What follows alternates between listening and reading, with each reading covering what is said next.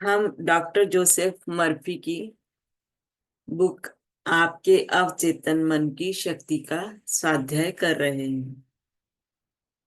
वो हमें बता रहे हैं कि हमारे अंदर जो अवचेतन मन है उसमें कौन कौन सी शक्तियां छुपी हुई हैं, जिनसे कई लोग अनजान रहते हैं। उनसे हमारा परिचय कराया जा रहा है। तो ध्यान से सुनिए और जो भी कुछ इसमें बताया गया है उसकी प्रैक्टिस भी करिएगा। आपके भीतर बहुत बड़ा खजाना है। आपके भीतर बहुत बड़ा खजाना है। उसे हासिल करने के लिए आपको बस अपने मन की आंखें खोलकर उसे देखना भर है। आपके भीतर नियामतों का अथाह भंडार है, जिसमें से आप सुखद, समृद्ध और आनंदमय जीवन जीने के लिए जरूरी चीजें निकाल सकते हैं। लोहे का कई लोग अपनी संभावना को इसलिए नहीं जान पाते हैं क्योंकि उन्हें अपने भीतर मौजूद असीमित ज्ञान और अनंत प्रेम के भंडार का पता ही नहीं होता है। जबकि यह तो सच है कि इसमें से आप अपनी हर मनचाही चीज निकाल सकते हैं। लोहे का चुंबकीय टुकड़ा अपने भार से 12 गुना अधिक वजन उठा सकता है, लेकिन अगर आप उसके चुंबकीय गुण को हटा दें तो वह एक पंख भी नहीं उठा पाएगा। तो एक चुंबकीय लोहे का टुकड़ा है, तो जितना बड़ा रहता है उससे 12 गुना अधिक वजन वो लोहा उठा सकता है, क्योंकि उसमें चुंबकीय गुण है। लेकिन अगर उसका चुंबकीय गुण हटा दिया जाएगा तो वह एक थोड़ा सा भी लोहे का टुकड़ा या पंख के बराबर भी नहीं उठा पाएगा। तो यही हमारे अंदर भी है कि हमारे को उसका ज्ञान नहीं है, इसलिए हम उसका उपयोग नहीं कर पाते हैं। इसी तरह लोग भी दो तरह के होते हैं। एक वे जो चुंबकीय होते हैं, वे आत्मविश्वास और आस्था से भरे होते हैं। वे जानते हैं कि वे सफल होने तथा जीतने के लिए ही पैदा हुए हैं। दूसरी तरह के लोग वे होते हैं जिनमें चुंबकीय गुण नहीं होता है। वे बहुत बड़ी तादाद में हैं। वे डरों और शंकाओं से भरे होते हैं, हमेशा सशंकित रहते हैं, डरे हुए रहते हैं। अवसर सामने आने पर वे कहते हैं अगर मैं सफल नहीं हुआ तो क्या होगा। मतलब उनके अंदर डर भरा रहता है और वो हमेशा डर के कारण अपने को असफलता के रूप में ही देखते हैं कि अगर असफल हुआ तो कहीं मेरा पैसा डूब जाए तो लोग मेरी हंसी उड़ाएंगे। इस तरह के लोग जिंदगी में ज्यादा आगे तक नहीं जा सकते। उनका डर उन्हें उसी जगह पर रोके रखता है। अगर डर है तो व्यक्ति आगे नहीं बढ़ पाता, क्योंकि वो किसी भी तरह की कोई भी रिस्क नहीं उठाना चाहता है, इसलिए वो आगे नहीं बढ़ता है। आप चुंबकीय व्यक्ति बन सकते हैं, बशर्ते आप इतिहास के सबसे बड़े रहस्य को समझ लें और उस पर अमल करें। रहस्य को समझना भी है और उस पर अमल भी करना है। इतिहास का सबसे बड़ा रहस्य, मान लीजिए कोई आपसे इतिहास का सबसे बड़ा रहस्य पूछे, तो आप क्या जवाब देंगे? परमाणु ऊर्जा, ग्रहों पर पहुंचे अंतरिक्ष यान, ब्लैक होल? नहीं, इनमें से कोई भी नहीं। तो फिर सबसे बड़ा रहस्य क्या है? इंसान इसे कहाँ खोज सकता है, इसे कैसे समझा जा सकता है और इसका लाभ कैसे लिया जा सकता है? जवाब आसान है। यह रहस्य है आपके अवचेतन मन में पाई जाने वाली अद्भुत चमत्कारी शक्ति। यह वह आखिरी जगह है जहां ज्यादातर लोग इसकी तलाश करते हैं। इसी कारण यह रहस्य बहुत कम लोगों को पता चल पाता है। आपके अवचेतन मन की अद्भुत शक्ति। अवचेतन मन की छिपी हुई शक्ति का प्रयोग करना सीखकर आप अपने जीवन में अधिक दौलत, शक्ति, सेहत, खुशी और आनंद पा सकते हैं। अगर आपने अपने अवचेतन मन में छुपी हुई शक्ति को पहचान लिया तो आप दौलत, सेहत, खुशी और आनंद पा सकते हैं। आपको इस शक्ति को इतिहास को हासिल करने की जरूरत नहीं है। यह तो आप में पहले से ही मौजूद है। इसे हमें कहीं से हासिल नहीं करना है, यह आपके अंदर ही मौजूद है। बहरहाल आपको यह सीखना होगा कि इसका इस्तेमाल कैसे किया जाता है। आपके पास शक्ति तो है अवचेतन मन की, लेकिन उसको इस्तेमाल करना नहीं आता, इसलिए आप वो सब नहीं पा पाते हैं जो आप पाना चाहते हैं। तो हमें ये सीखना है कि हमारे को उसको कैसे उपयोग करना है। आपको इसे समझना ही होगा ताकि आप इसे अपने जीवन के सभी पहलुओं में इसका प्रयोग कर सकें। अगर आप इस पुस्तक में दी गई आसान तकनीकों और प्रक्रियाओं का पालन करेंगे तो आपको आवश्यक जानकारी तथा समझ मिल जाएगी। एक नया प्रकाश आपको प्रेरित करेगा। आप एक नई शक्ति उत्पन्न कर सकते हैं जिसकी बदौलत आप अपनी सभी आशाओं और सपनों को साकार कर सकते हैं। इसी समय फैसला करें कि आप अपने जीवन को पहले से ज्यादा व्यापक, महान, समृद्ध और उदात्त बनाएंगे। यहाँ आथर का कहना है कि आप इसी समय फैसला करें कि आप अपने जीवन को पहले से अधिक समृद्ध बनाएंगे। आपकी अवचेतन गहराइयों में सभी आवश्यक चीजों के बारे में असीमित ज्ञान, शक्ति और आपूर्ति का भंडार है। आपका अवचेतन मन इस बात का इंतजार कर रहा है कि आप इसे विकसित करें और अभिव्यक्ति दें। मतलब हमारा अवचेतन मन ये जानने की कोशिश कर रहा है कि आप कब उसे जानेंगे, कब उसका प्रयोग करेंगे। अगर आप अपने अवचेतन मन की क्षमता को पहचान लें तो आपकी इच्छाएं बाहरी जगत में साकार हो सकती हैं। अगर आप उसको पहचान लेंगे और काम करेंगे तो आपकी सभी इच्छाएं पूरी हो सकती हैं। अगर आप खुले दिमाग के और ग्रहणशील हैं तो आपके अवचेतन मन में मौजूद असीमित ज्ञान आपको वह हर चीज बता सकता है जिसकी आपको कभी भी कहीं भी जरूरत हो। आप नए विचार पा सकते हैं, आविष्कार कर सकते हैं, खोजें कर सकते हैं और नई कलाकृतियां बना सकते हैं। आपके अवचेतन मन का असीमित ज्ञान आपको आश्चर्यजनक नई जानकारी दे सकता है। इसे अपने सामने प्रकट होने दें। यह आपके जीवन में आदर्श अभिव्यक्ति और सही जगह का रास्ता खोल देगा। तो आप अगर अपने अवचेतन मन का प्रयोग करना सीख जाएंगे तो आपके कई सारे रास्ते जो अब तक आपको ऐसा लगता था कि बंद पड़े हैं वो खुल सकते हैं। अपने अवचेतन मन की बुद्धिमानी से आप आदर्श जीवन साथी को आकर्षित कर सकते हैं, सही बिजनेस पार्टनर या सहयोगी को भी। यह आपको दौलतमंद बनने का रास्ता बता सकता है। यह आपको वित्तीय रूप से आजाद बना सकती है ताकि आप अपने दिल की इच्छा के अनुसार बने और रहें। विचार, भावना, शक्ति, प्रकाश, प्रेम और सौंदर्य के इस आंतरिक जगत को खोजना आपका बुनियादी अधिकार है। ये शक्तियां अदृश्य लेकिन बहुत शक्तिशाली हैं। ये शक्तियां अदृश्य हैं लेकिन बहुत ही अधिक शक्तिशाली हैं।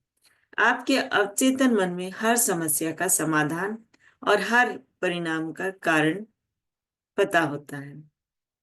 जब आप इन छिपी हुई शक्तियों का प्रयोग करना सीख लेंगे तो आपको प्रचुरता, सुरक्षा, खुशी और नियंत्रण बढ़ाने के लिए आवश्यक शक्ति और बुद्धिमानी मिल जाएगी। मैंने अवचेतन मन की शक्ति को देखा है, यहाँ ऑथर का कहना है, मैंने अवचेतन मन की शक्ति को देखा है। मैंने इसकी शक्ति से अपाहिजों को पूर्ण स्वस्थ होते हुए देखा है।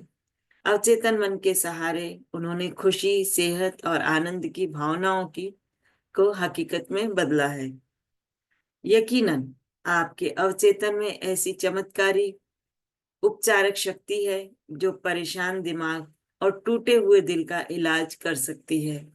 यह आपके मस्तिष्क की जेल का दरवाजा खोलकर आपको आजाद कर सकती है।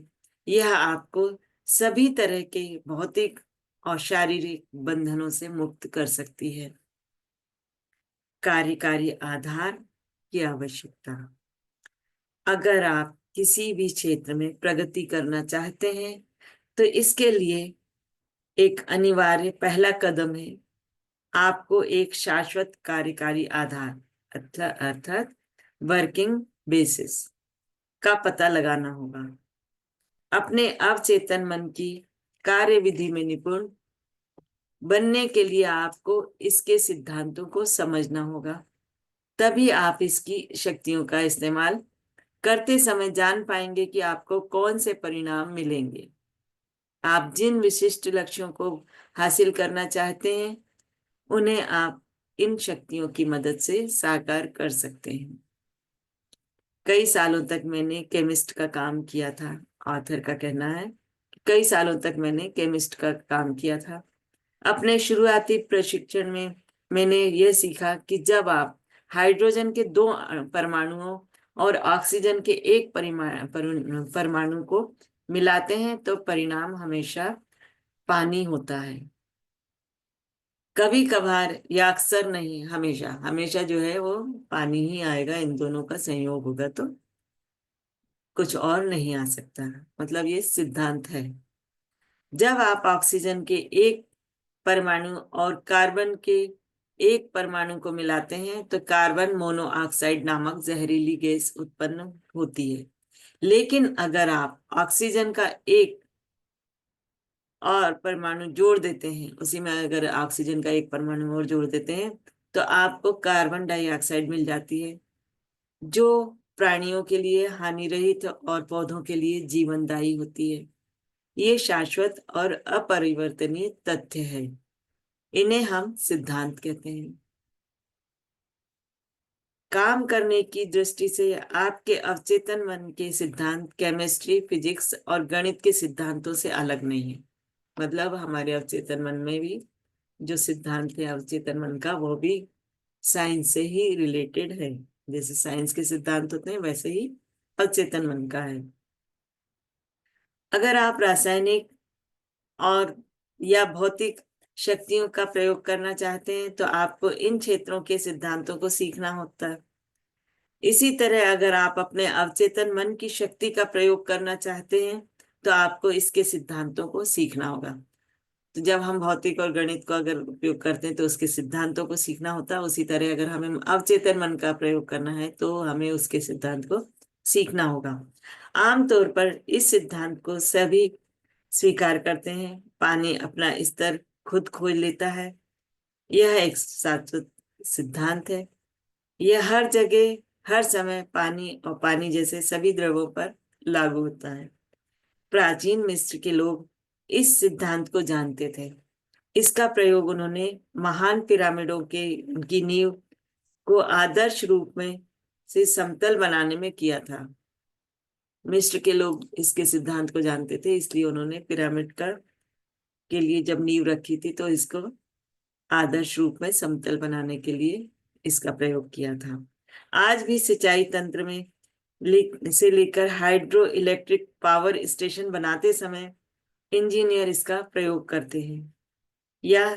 यह सिद्धांत लें, गर्म होने पर पदार्थ फैलता है। यह हर जगह हर समय और हर परिस्थिति में सच है। अगर आप स्टील के टुकड़े को गर्म करेंगे तो वह फैलेगा, चाहे यह स्टील चीन, इंग्लैंड, भारत में हो या पृथ्वी का चक्कर लगा रहे अंतरिक्ष यान में हो। गर्म होने पर पदार्थ फैलता है, यह एक शाश्वत सत्य है। यह भी एक शाश्वत सत्य है कि आप अपने अवचेतन मन पर जो छाप छोड़ते हैं वह परिस्थिति, अनुभव और घटना के रूप में व्यक्त होती है। आपकी प्रार्थना का जवाब मिलता है क्योंकि आपके अवचेतन मन की शक्ति सिद्धांत है।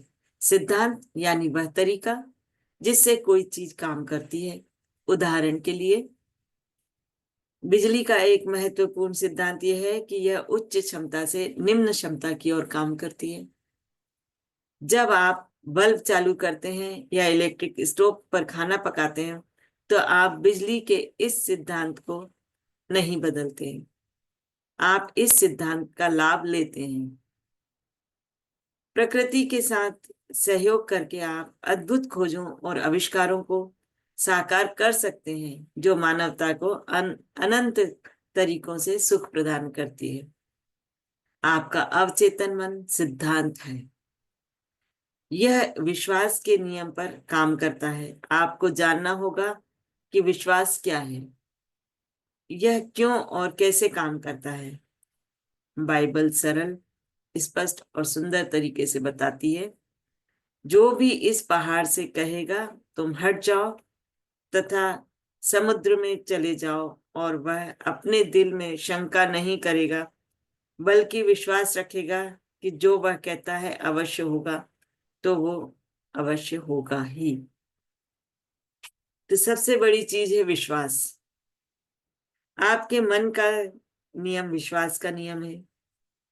इसका मतलब यह है अपने मन की कार्यविधि में विश्वास करना, स्वयं विश्वास पर विश्वास करना। आपके मन का विश्वास और कुछ नहीं, आपके मस्तिष्क का विचार है। मतलब आपके मन का विश्वास कुछ और नहीं, आपके मस्तिष्क में जो विचार आया है वही है। आपका अवचेतन मन आपके विचारों पर प्रतिक्रिया करता है और उन्हीं के अनुरूप अनुभवों, कार्यों, घटनाओं और परिस्थितियों को उत्पन्न कर देता है। याद रखें, आपको सफलता उस चीज के कारण नहीं मिलती जिसमें आप विश्वास करते हैं। सफलता तो मन के विश्वास के कारण मिलती है। मानव जाति को जकड़ने वाले झूठ विश्वासों, रायों, अंधविश्वासों तथा डरों को स्वीकार करना बंद कर दें। अगर आप डरते हैं, अंधविश्वासों को मानते हैं, झूठे उस पे वादों पे विश्वास करते हैं, तो ये आज से ही बंद कर दें।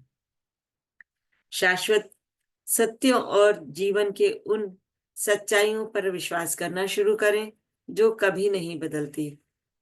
इस मोड़ पर पहुंचने के बाद आप आगे, ऊपर और ईश्वर की तरफ बढ़ेंगे।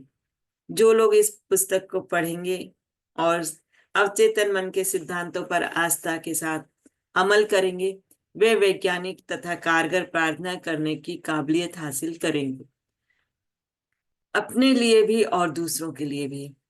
आपकी प्रार्थना का जवाब क्रिया और प्रतिक्रिया के शाश्वत नियम के अनुसार मिलता है।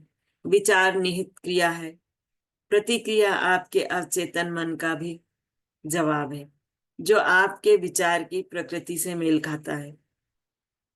अपने मन को स्वस्थ, सुख, शांति और सद्भाव की अवधारणा से भर दें, आपके जीवन में चमत्कार होने लगेंगे। तो यह हमारे स्वाध्याय को हम यहीं पर रोकते हैं। ये बिल्कुल सही बात है कि अगर हम विश्वास करते हैं और प्रार्थनाएं करते हैं और पूरी तरह विश्वास के साथ, तो ये फलीभूत अवश्य होती है। आपने देखा होगा कोरोना काल में कई लोगों ने प्रार्थनाएं की जिनके अपने स्वजन बीमार थे और उनको वो सुविधाएं मिल गई जिनकी उन्होंने आशा भी नहीं की थी। तो विश्वास के साथ अगर हम प्रार्थना करते हैं तो वो फलीभूत अवश्य होती है। वो भी हमारे अवचेतन मन का ही एक हिस्सा है जिसका हम प्रयोग करके ये करते हैं।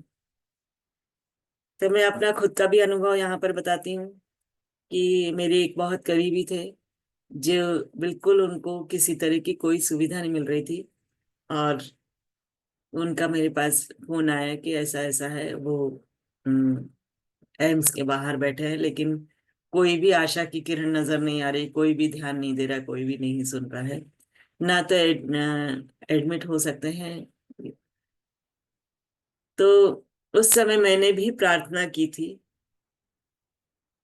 और मैंने ये प्रार्थना की थी कि वो वहां पहुंचे हैं तो उनको जिस सुविधा की आवश्यकता है वो सुविधा उनको मिल जाए, कोई ऐसा बंदा उनको मिल जाए जो उन्हें एडमिट करा दे। आधे घंटे बाद उनका फोन आया कि उनको ऐसा व्यक्ति मिल गया है जिसने सारे फॉर्मेलिटी पूरी कर दी है पेपर की और एडमिट करा दिया है। तो ये हमारे अवचेतन मन की शक्ति के कारण ही हो रहा है। तो हम अपने स्वाध्याय को यहीं